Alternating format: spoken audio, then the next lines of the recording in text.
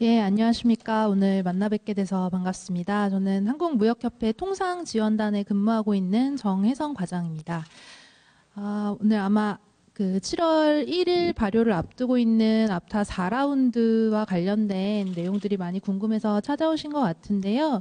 오늘 제가 드릴 말씀은 이제 앞타 4라운드의 주요 내용, 그리고 그 기존에 잘 알고 계셨던 그 한중 FTA와의 비교를 통해서 어떻게 하면 좀 자사에 맞는 최적의 전략을 좀 도출하실 수 있는지, 그 부분을 좀 중점적으로 말씀을 드리고자 합니다. 이미 앞타 4라운드가 지난 2017년 1월에 타결이 되면서 당시 신문 보도나 기사를 통해서 앞으로 중국으로 수출하시는 업체분들께서 한중 FTA와 더불어서 아태무역 협정을 통해서도 관세 혜택을 누리실 수 있다. 이런 부분들을 많이 주지를 받으셨을 거라고 생각을 합니다. 특히 이제 특혜 관세 혜택을 받을 수 있다라는 점에서 아태무역 협정이 굉장히 FTA와 비슷하구나라고 생각하시는 분들이 많으실 것 같아요. 근데 오늘 이 자리를 통해서 좀 같이 나누고 싶은 이야기는 아태무역 협정이 물론 FTA와 또 비슷한 부분들이 상당히 많이 있습니다.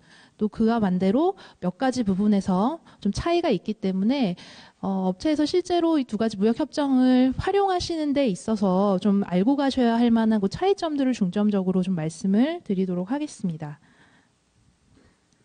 예, 그래서 먼저 이 아태무역 협정이라는 게 어떻게 시작이 됐고 이번에 4라운드 개정에서 주로 다뤄진 그 주요 합의 내용들에 대해서 간단히 설명을 좀 드리고요.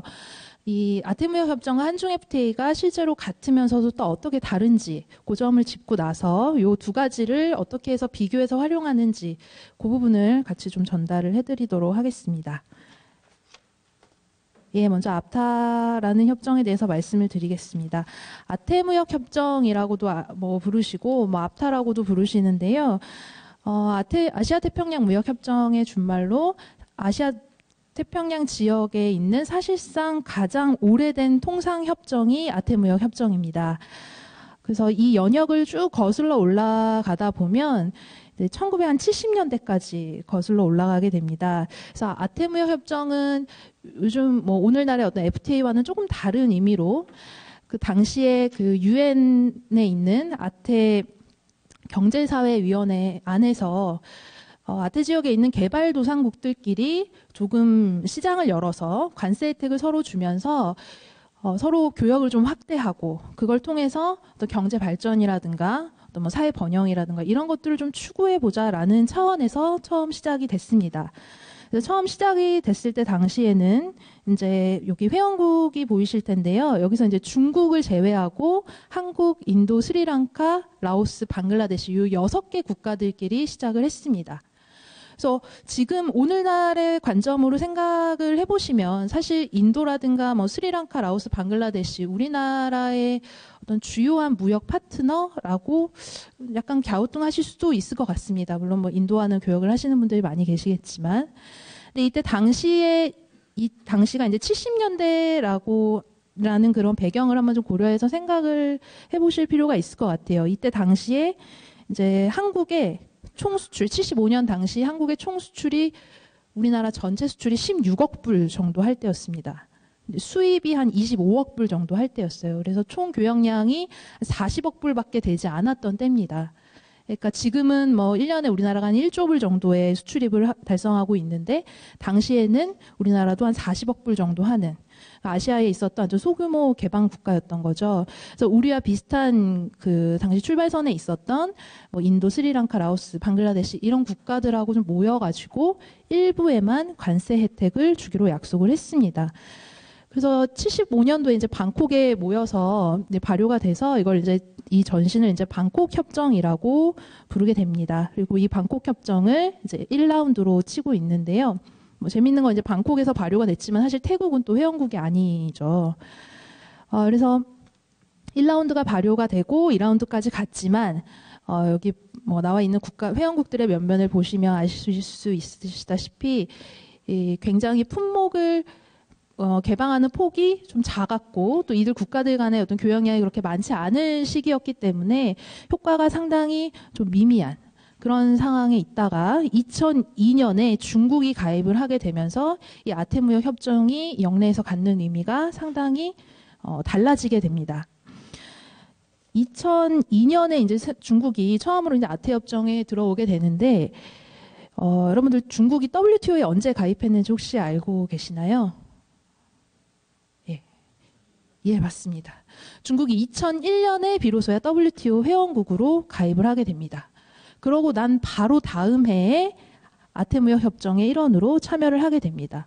그래서 중국의 입장에서도 어떻게 보면 WTO에 가입을 하면서 자기 시장을 여는 계기가 됐었다면 그 바로 다음으로 또 시장을 여는 계기로 아태무역 협정을 선택을 했습니다. 그래서 사실 아태무역 협정은 그 이후로 2015년 한중 FTA가 체결이 되기 직전까지 한국과 중국 사이에 있었던 사실상의 유일한 특혜무역 협정이었습니다. 그래서 비록 품목의 범위가 작고 양업폭이 좀 제한적이다라고 하지만 실제로 아태무역 협정을 활용해 오시던 업체분들이 상당히 많이 계셨어요. 그러면서 중국이 가입을 하게 되면서 본격적으로 아태무역 협정 안에 있는 회원국들 간의 교역이 활발하게 상승하기 시작을 합니다. 그러면서 3라운드가 본격적으로 발효가 되면서 품목수의 범위가 상당히 크게 확대가 되고요. 그리고 3라운드 발효 이후에 바로 개시됐던 4라운드 협상 2007년에 개시가 됐었는데 10년 만에 이 4라운드 협상이 타결이 됐습니다. 이제 그게 바로 작년 1월이었고요. 이제 아마 큰 이변이 없다면 오는 7월 1일자로 이 4라운드가 또 발효를 하게 됩니다. 그래서 아태무역 협정은 어떻게 보면 시작은 여러분들께서 잘 많이 생각하시는 FTA하고는 조금 다른 어떤 배경을 갖고 있고 상당히 긴 히스토리를 갖고 있습니다만 이 안에 중국이라는 나라가 들어오게 되면서 굉장히 한국의 교역에서도 중요한 그런 위치를 찾는 협정이 되었습니다. 그래서 실제로 중국이 아프타에 가입한 의미를 간단히 좀 살펴보게 되면요. 우리나라가 2017년을 기준으로 아프타 회원국들, 아태무역 협정 회원국들에게 수출하는 그 규모가 수출은 총 1,588억 달러입니다. 우리나라 총 수출 중에서 한 27.7% 정도를 차지하고 있는데 이 중에 중국이 1,421억 달러, 그러니까 거의 90%에 달하는 수출이 중국을 향해서 이루어지고 있고요. 수입도 마찬가지입니다. 수입은 어떻게 보면 95% 정도가 중국으로부터 이루어지고 있습니다. 근데 실제 활용을 어떻게 하시고 계신지 그걸 좀 살펴보기 위해서 이제 원산지 증명서 발급을 얼마나 하셨는지를 한번 좀 조사를 해봤습니다. 아태무역 협정도 FTA와 유사한 특혜무역 협정이기 때문에 활용하시기 위해서는 이제 원산지 증명서를 반드시 발급을 받으셔야 되거든요. 그래서 중국으로 수출하시는 분들께서 이제 아태무역 협정의 원산지 증명서를 얼마만큼 발급을 하셨는지 2016년을 기준으로 봤을 때 아태 협정이 45,971건입니다. 그래서 같은 기간 동안 이제 한중 FTA 원산지 증명서 발급 실적이 한 12만 7천 건 정도 됐는데 품목이 열리고 어떤 양어한 내용들을 비교를 해 봤을 때 아태무역 협정을 4만 5천 건 정도 활용하신 것은 사실 FTA에 비해서 굉장히 높은 활용률을 보였다 이렇게 보여지고요. 이거는 이제 비단 우리나라뿐만이 아니라 중국에서 수출하시는 분들, 한국에서 수입하시는 분들이 되겠죠. 그분들이 이제 특혜무역 협정 중에서 아태무역 협정을 얼마나 많이 활용을 했느냐라고 보았을 때 2015년 기준으로 중국이 체결한 FTA 그다음에 여기 아태무역 협정 전부 통틀어서 두 번째로 많은 원산지 증명서가 발급이 된 협정입니다. 그래서 아태무역 협정은 이렇게 품목도 한 30% 정도밖에 안 열리고 그러지 않나요?라고 하시는데 오히려 또 한꺼풀 또 벗겨보면 업계에서는 오히려 또 굉장히 활발하게 활용을 해 오셨던 협정입니다. 그래서 이번 4라운드가 사실 어떤 내용으로 개정이 되었고 또 그것들을 통해서 활용할 수 있는 여지가 있는지 그런 부분들을 꼭 이제 좀 짚고 넘어갈 필요가 있습니다. 그래서 4라운드 개정의 주요 내용부터 간략히 설명을 드리겠습니다. 우선 3라운드에 비해서 특혜관세 혜택을 받으실 수 있는 품목수가 상당히 많이 늘어났습니다. 한국 같은 경우에는 이제 1,367개 품목을 개방을 했다면 이번 4라운드에서는 2,797개의 품목을 개방을 했습니다. 근데 중국도 마찬가지로 중국은 이제 3라운드부터 시작을 했는데요. 기존에 한 1,700여 개 정도 품목에 대해서만 이제 아태무역 협정 관세 혜택을 주었다면 2,000개 이상으로 이번에 크게 늘었습니다. 양어폭, 특혜 마진이라고 보통 얘기를 하시는데요. 한국 같은 경우에 중국을 기준으로 말씀을 드리면 3라운드에서는 뭐 기존의 관세가 100이었다면 그 중에서 한 26.7% 정도를 깎아주는 수준에서 양호를 했습니다. 근데 이번 4라운드에서는 좀 더 많이 관세를 깎는, 그래서 한 33% 정도 관세를 낮추기로 약속을 했습니다. 그래서 이 양어폭과 관련된 부분에 있어서는 뒤쪽에서 좀 더 자세히 설명을 드리도록 하겠습니다. 그리고 이번 개정에서 굉장히 좀 주요하게 한 가지 더 살펴볼 만한 내용이 이 원산지 기준에 대한 내용입니다. 아까 시작에서 모두에서 말씀드렸다시피 아태무역 협정은 70년대에 발효된 협정입니다. 그래서 뭐 오늘날 여러분들께서 많이 활용하시는 협정에 비해서 굉장히 협정문이 단순하고 심플합니다.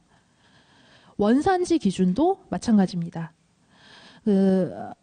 아태무역 협정에서 보통 많이들 활용하시는 원산지 기준이 뭐 A, B, C, 뭐 D까지 지금 있습니다만 주로 농산물 같은 경우에는 이제 완전 생산 기준을 활용을 하셨거나 아니면 부가가치 기준을 계산을 해서 뭐 비원산지 또는 원산지 미상의 부가가치가 55% 이하인 경우 요 경우에 한해서만 아태무역 협정을 활용을 하실 수 있었습니다. 근데 뭐 수출하시는 입장에서 너무 잘 아시겠지만 완전 생산 기준을 제조업에서 충족시키기는 굉장히 어렵고요. 사실상 농수산물이 아니면 불가능하고 또 부가가치 기준도 품목의 특성에 따라서 어떤 기업의 어떤 특성이라든가 이런 걸 뛰어넘어서 그냥 그 산업이나 품목의 특성에 따라서 쉽게 충족을 하실 수 있는 업종이 있고 또 반대로 충족이 어려우신 분들이 많이 계셨습니다. 그래서 이번 4라운드에서는 이 아태무역 협정을 좀 더 활용할 수 있는 여지를 주기 위해서 4단위 세번 변경 기준을 일부 품목에 허용을 하고 있습니다. 이게 어떤 의미를 갖는지에 대해서 말미에 좀 더 자세히 설명을 드릴 텐데요. 예를 들면 여기 나와 있는 지금 뭐 화학이라든가 플라스틱, 고무, 철강, 특히 뭐 철강 이런 품목들에 있어서는 부가가치 기준으로 나와 있는 이 B의 기준을 충족시키기가 굉장히 어려우신 품목들이 많이 있으셨을 겁니다. 근데 이번에 이제 세번 변경 기준이 추가가 됨으로써 그럼 기존에 활용을 못했지만 또 앞으로는 새로 활용을 할 수 있는 그런 여지가 생겼다고 보시면 되고요. 이 기준들은 엔드 조건이 아닙니다. 이걸 다 충족하셔야 활용하실 수 있는 게 아니라 이 중에서 유리한 조건을 골라서 한 가지 선택해서 활용을 하실 수가 있습니다. 아마 뭐 인도 쪽을 활용하시는 인도 쪽 수출입 업무, FTA 업무 하시는 분들께서는 아마 이 원산지 기준을 여러 가지를 동시에 충족해야 돼서 굉장히 힘든 부분들이 많이 있으셨을 거예요.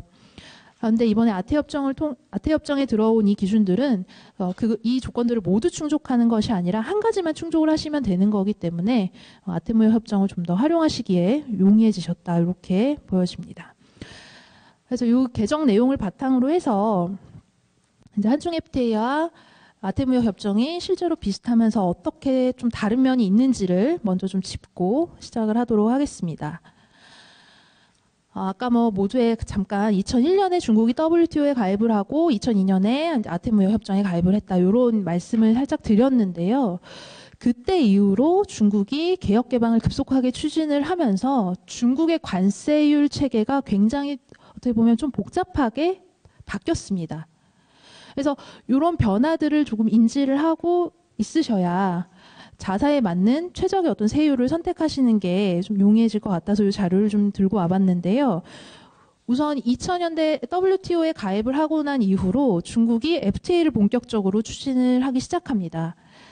2004년에 이제 홍콩, 마카오 자기들과 가장 이제 가까운 위치에 있는 국가들과 경제 동반자 협정을 맺었고 그 뒤로는 이제 아세안, 뭐 칠레, 파키스탄에서 2015년에는 한국 이렇게 해서 FTA를 총 15건을 발효를 시켰습니다. 그럼 이 FTA를 맺은 국가들과는 특혜 관세 혜택이 발생하게 되기 때문에 FTA 특혜 세율이라는 게 또 하나가 생겼죠. 그 다음으로 또 한 가지 주의 깊게 보아야 될 것이 중국이 ITA라고 하는 WTO 차원의 복수국간 협정에도 가입을 하게 됩니다. 이거는 뭐 FTA가 거의 대부분의 품목들을 놓고 양호 협상을 하는 것과는 좀 다르게 IT 제품에 한해서만 WTO 회원들끼리 모여갖고 관세를 낮추기로 약속을 한 협정입니다. 근데 중국이 여기에도 참여를 하게 됩니다. 그러면서 IT 제품에 매겨져 있던 자기들의 관세를 이 협정을 통해서 또 낮추기 시작을 합니다. 그래서 또 ITA 세율이 하나가 추가가 됩니다.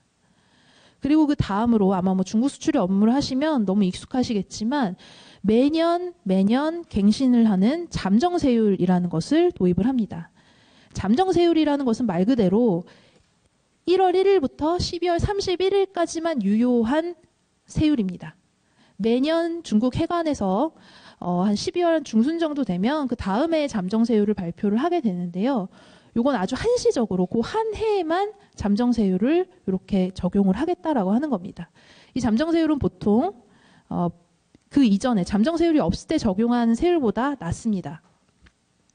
이거는 중국이 내부적으로 어떤 내수라든가 중국 내부의 수요라든가 이런 것들이 폭발적으로 늘어나게 되면서 일시적으로 좀 탄력적으로 내부 수요를 충당하기 위해서 1년 단위로 새롭게 발표를 하는 세율입니다. 그래서 중국이 어떻게 보면 대외개방을 가속화하면서 교역을 활발히 하면서 중국의 관세율 제도가 상당히 다양하게 나타나기 시작을 합니다. 그래서 간단히 이제 정리를 하게 되면 이제 WTO 회원국이니까 다 이제 일괄적으로 WTO 회원국들에게 적용하는 최고 세율이라는 게 있는데 거기에 더해서 일부 IT 제품에 대해서 세율을 좀 낮춰주는 게 있고 또 매년 1월 1일부터 12월 31일까지만 잠정적으로 낮춰주는 잠정세율이 있습니다. 그래서 중요한 것은 이 세 가지 세율에 대해서는 원산지 증명을 하실 필요가 전혀 없습니다. 그냥 통관을 하시면 세 가지 중에 그 시점에 가장 낮은 세율이 적용이 됩니다. 원산지 증명서 발급이 필요가 없으신 거예요. 자, 그와 반면에 방금 말씀드린 아태무역협정, 한중 FTA의 특혜 세율은 각 협정에 요구하는, 각 협정에 맞는 원산지 증명을 받으셔야 됩니다. 자, 이렇게 되면 굉장히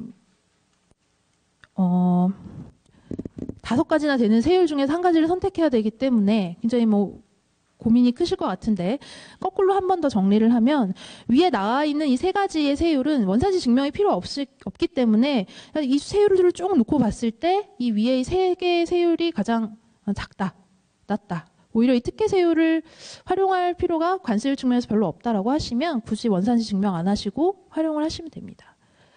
대신에 이 위에 있는 세율들보다 아태무역 협정 세율이 더 낮다든가 아니면 한중 FTA 세율이 더 낮다라고 하면 이 협정들이 요구하는 원산지 증명을 맞춰서 관세 혜택을 보는 방안들을 고려를 해보실 수가 있습니다.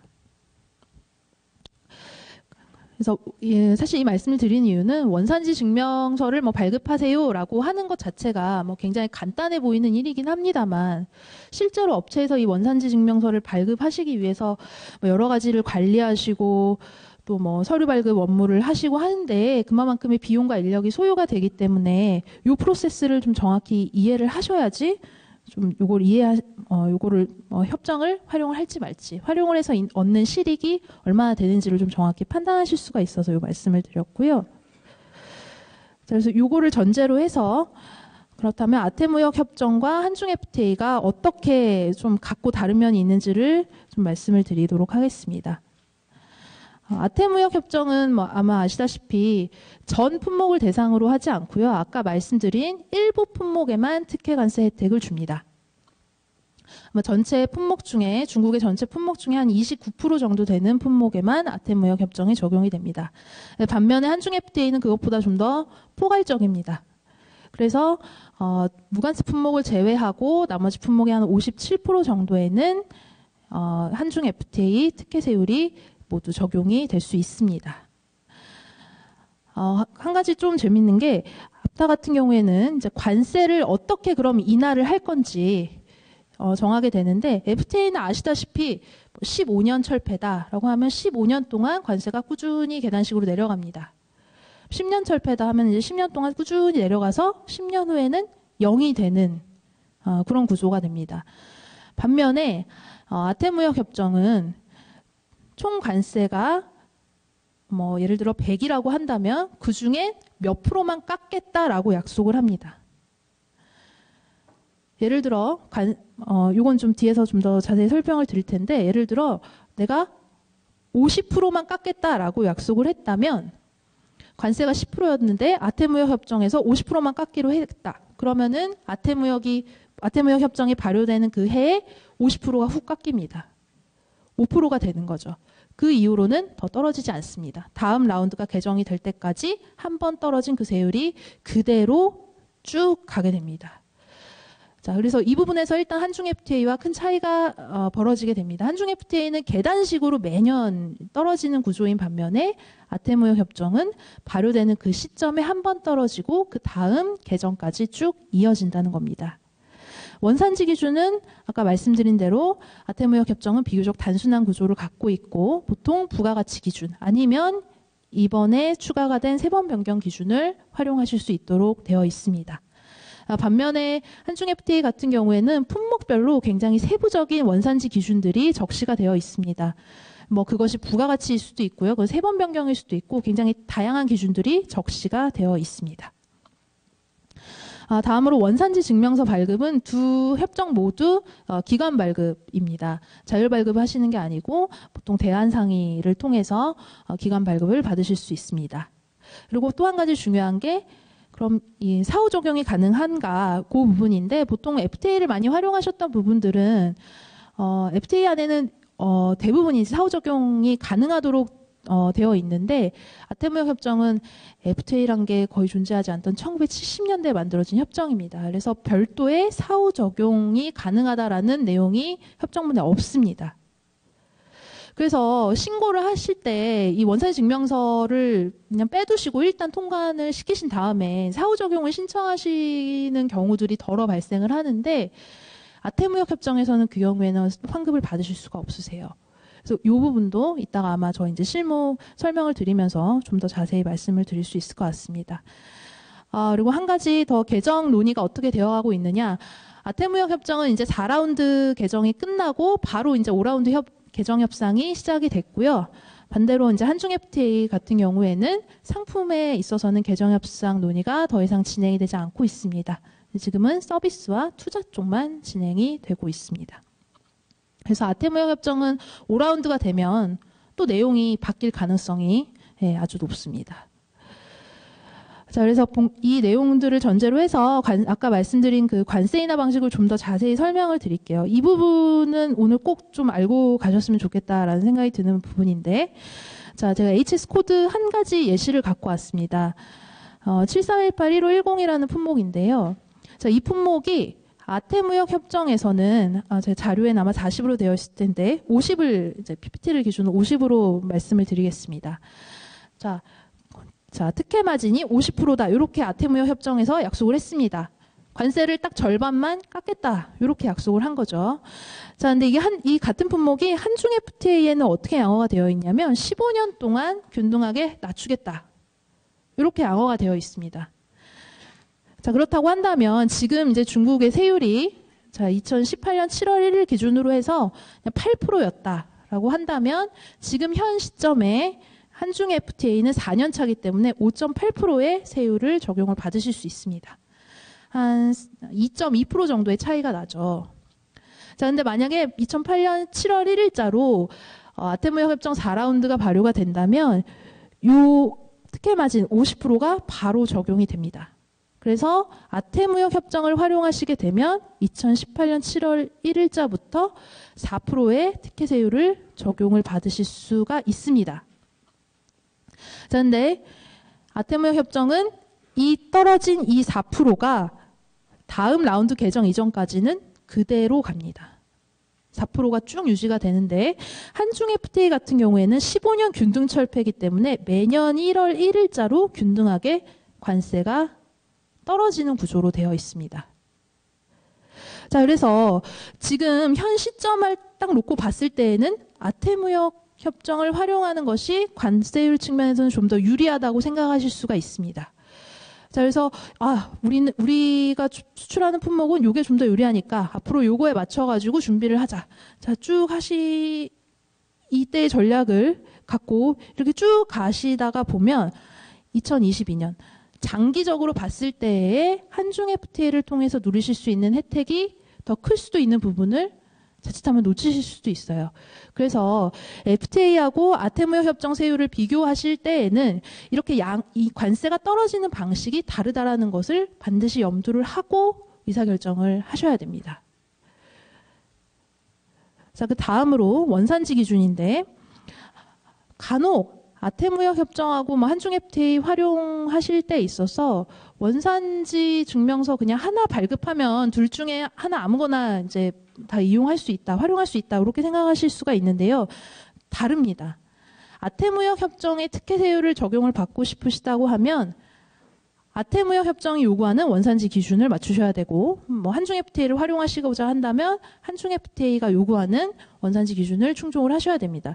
그래서 같은 품목인데도 불구하고 같은 품목인데 자 아테무역 협정에서는 MOP 100 즉 관세를 100% 다 떨어뜨리기로 약속을 한 겁니다. 그러면은 아테무역 협정 발효 즉시 그냥 아테무역 협정 세율은 0이 되겠죠. 한중 FTA도 즉시 철폐하기로 했습니다. 그럼 한중 FTA 특혜 세율도 0이 됩니다. 그러면은 아테무역 협정을 활용하든 한중 FTA를 활용하든 관세율이 전부 0으로 동일합니다. 자, 이런 경우가 발생하면 그 다음으로 확인하셔야 될 게 원산지 기준을 보셔야 됩니다. 아테무역 협정은 아까 말씀드린 대로 거의 대부분이 부가가치 기준을 이제 사용을 하고 계시고 한중 FTA 같은 경우에는 협정문상 요 품목은 6단위 세번 변경 기준을 충족하라고 명시가 되어 있습니다. 그러면은 자사에서 원료를 조달하시고 재료비를 조달하시는 여러 가지 상황을 고려하셨을 때 둘 중에 유리한 한 가지를 선택하셔서 그것에 맞는 협정별 원산지 증명서를 발급을 하셔서 특혜 세율을 누리실 수가 있습니다.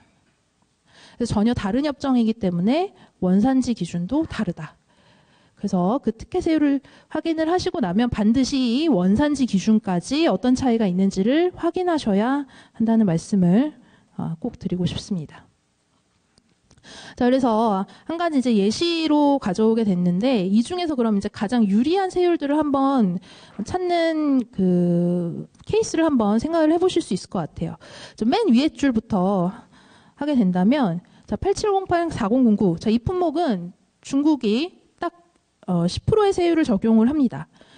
근데 이건 IT 품목도 아니기 때문에 다른 혜택이 없고 잠정관세 대상에도 포함이 안 됩니다. 그리고 보니까 특혜 세율도 다 적용 대상이 아닙니다. 그런 경우에는 원산지 증명 없이 이 10% 10% 관세를 부담하실 수밖에 없습니다. 자, 근데 902-1990 이 품목 같은 경우에는 IT 품목이라서 중국이 2%로 관세를 낮추기로 약속을 했습니다. 그런 경우에는 2%로 관세를 부담하게 됩니다. 대신 아까 말씀드렸다시피 이 세 가지는 원산지 증명이 필요가 없으니까 그냥 원산지 증명서 발급 신경 안 쓰시고 통관 진행하시면 됩니다. 자, 8443-3110 자, 이 품목은 다 해당이 됩니다. 그런데 가장 낮은 게 잠정세율인 거죠. 그래서 이 시점에 이 잠정세율이 적용이 되고 있기 때문에 요거를 가장 낮은 세율 그대로 통관을 진행을 하시면 됩니다. 자, 그럼 이제 문제는 어디서 발생하냐면, 자, 이 품목 같은 경우에는 ITA 대상 품목이기 때문에 중국이 5%의 관세를 매깁니다. 근데 다행히 이게 한중 FTA 특혜 대상 품목이라 한중 FTA를 활용하시면 1.6%의 관세 혜택을 받으실 수가 있습니다. 대신 한중 FTA 아테무역 협정은 반드시 원산지 증명서를 첨부를 하셔야 되죠.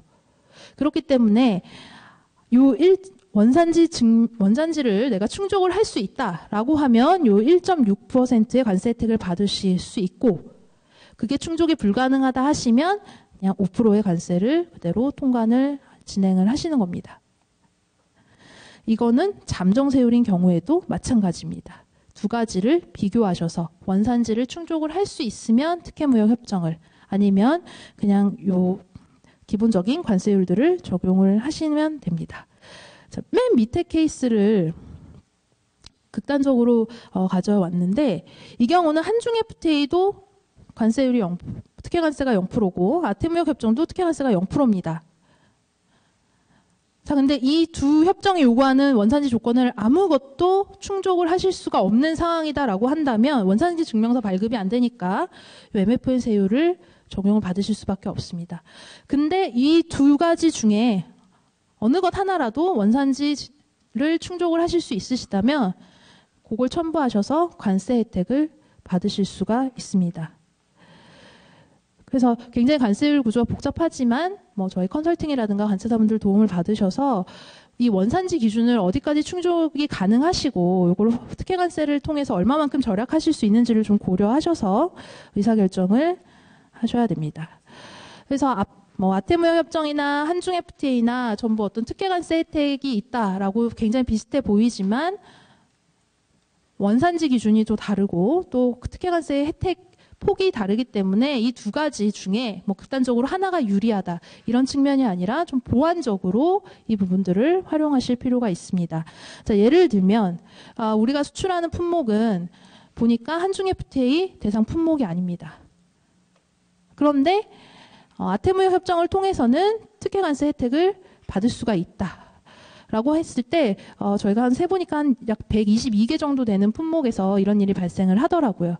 이 경우에는 아태무역 협정이 가장 유일한 특혜 세율이기 때문에 한중 FTA와의 어떤 굳이 비교하시지 말고 이 아태무역 협정이 요구하는 조건을 충족할 수 있는지만 판단하셔서 활용 여부를 결정을 하시면 됩니다.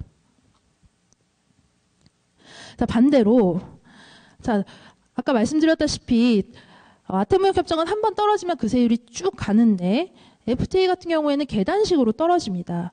그래서 단기적으로 봤을 때에는 아태무역 협정을 활용하는 것이 유리해 보이지만 장기적으로는 관세적인 측면에서 봤을 때 한중 FTA를 활용하는 게 좀 더 유리하다라고 판단을 하실 수도 있습니다. 그래서 특히 이런 품목들이 상당히 많기 때문에 아태무역 협정과 한중 FTA 양쪽에 해당하는 품목일수록 이런 경우가 빈번하게 발생을 하기 때문에 그때에는 단기적으로 또 장기적으로 어떤 협정을 활용할지에 대해서 좀 전략을 달리 세우실 필요가 있습니다. 그래서 저희가 이걸 한번 세봤더니 한 400개 정도의 품목에서 이런 일이 발생을 하는데 한 가지 이제 맨 위에 예를 들면 이 경우는 4라운드가 발효가 된다라고 했을 때 아태무역 협정 세율이 좀 더 유리합니다. 근데 이게 2022년을 지나고 나면 FTA를 활용하시는 것이 세율적인 측면에서 좀 더 유리해집니다. 그래서 단지 그냥 현 시점에서 어떤 것이 유리하다, 어떤 것이 좀 덜 유리하다 그렇게 판단하실 게 아니라 요게 만약에 한중 FTA도 되고 아태무역 협정도 된다라고 한다면 좀 장단기적으로 이걸 판단하실 필요가 있습니다. 반대로 아까 말씀드린 바와 같이 아태무역 협정은 굉장히 적용되는 품목이 좀 작습니다.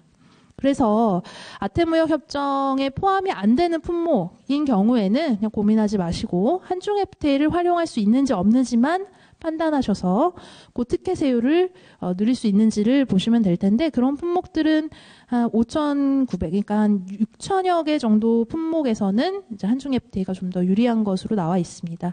그래서 이런 경우에 한해서는 기존과 마찬가지로 한중 FTA 활용을 검토해 보시는 것이 가장 바람직한 전략이 됩니다. 자, 그 다음으로 아까 주요 개정 내용 중에 하나인 이 원산지 기준을 충족할 수 있는지 요것도 한번 반드시 따져보셔야 되는데요. 자, 요거 이제 한 가지 예를 들고 나왔는데 이게 이제 퓨즈입니다. HS 8536에 속하는 품목인데 이 퓨즈는 HS 7419라는 요 구리 체인을 가지고 와서 한국에서 가공을 해가지고 퓨즈로 만들어서 이제 중국으로 수출을 합니다. 자, 근데 기존의 아태무역 협정을 놓고 봤을 때에는 이 사오는 이 구리 체인이 중국산도 한국산도 아니기 때문에 기존의 이 부가가치 원산지 기준을 충족하기가 어려웠던 품목입니다. 근데 이번 4라운드 개정을 통해서 이 품목의 세번 변경 기준이 도입이 됐습니다.